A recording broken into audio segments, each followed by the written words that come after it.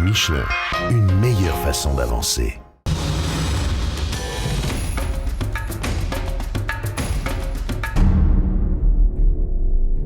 On reste en Argentine pour cette 8e étape avec des spéciales différentes pour les autos et les motos. Techniquement, pas de difficulté, c'est plutôt le kilométrage qui pose problème. Le kilométrage et la météo. Pour les voitures, on aurait dû parcourir 470 km de spécial, encadré par 380 km de liaison entre Salta et Tucumán en Argentine. Mais la spéciale est amputée de moitié, piste impraticable.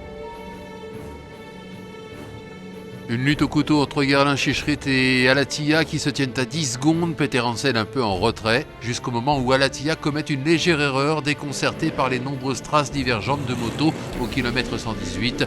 Il hésite 2 ou 3 minutes.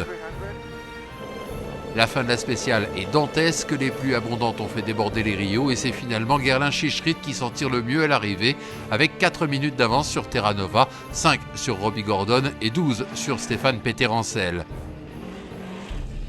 Le problème, c'est qu'après l'arrivée des 4 premiers, les organisateurs décident de neutraliser la course et de figer les positions au kilomètre 86, ce qui rend le général très flou. Selon toute logique, Peter Hansel conserverait la tête, mais les écarts restent à valider par les commissaires dans le courant de cette nuit.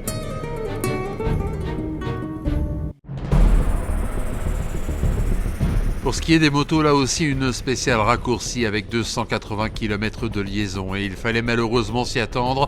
Le vainqueur de vendredi, Kurt Caselli, est dans les ennuis jusqu'au cou. Pas du tout un spécialiste de la navigation, Caselli se perd dans la pampa. La leçon de Marc Coma pour lui apprendre à lire un roadbook n'a pas porté ses fruits. De toute façon, aujourd'hui, les motards étaient un peu distraits. Tous ont réussi à se tromper de chemin au kilomètre 118. L'effet mouton de Panurge, sauf Gonçalves et Helder Rodriguez qui ont fait confiance au roadbook et encore pas pour longtemps. Rodriguez, à son tour, se fourvoie quelques kilomètres plus tard.